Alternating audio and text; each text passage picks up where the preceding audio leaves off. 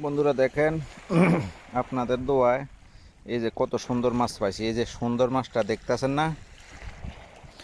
এই মাছটা যে উপরে যে কাঁটাগুলা দাঁড়ায় রয়েছে, এই কাঁটাগুলা যদি একটা যদি কাঁটা ঢুকতে পারে না, গোড়া এক সপ্তাহ ধরে ব্যথা বন্ধ হবে না। দেখেন কত সুন্দর মাছটা। এটা কিন্তু আমরা নেই না, এটা ফেলাই দেই। এটা যে অতিরিক্ত বিষ, এই বিষ, ওরে বাপ রে বাপ, দোয়া দুরুদ না পড়লে কমবে না।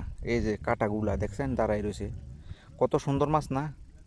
একদম পিওর মাছ। হ্যাঁ, রাইত হয়ে গেছে। ওই যে মাছ ধরতেছে না সবাই, প্রায় রাইত হয়ে গেছে। এই যে মাছ ধরতেছে লাইট দিয়া, ওই যে উপরে হইলো ওইদিকে দেখেন, দেখা যায় ওইদিকে হইলো উপরে।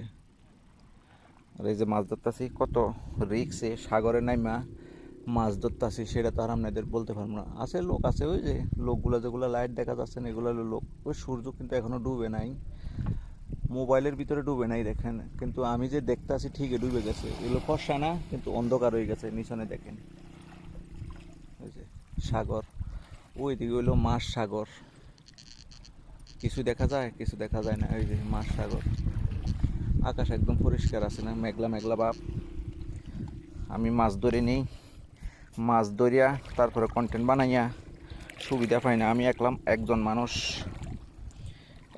মানুষ তো, সেই জন্যে মাছ ধরতে এত সহজ না। দেখেন মাছ একদম দেখা যায় না, বাতাসের গতি বেশি, তাই কারণে দেখা যায় না। ওই যে একটা পোকা দেখা যাচ্ছে, ওই যে সাপের মতো দেখেন,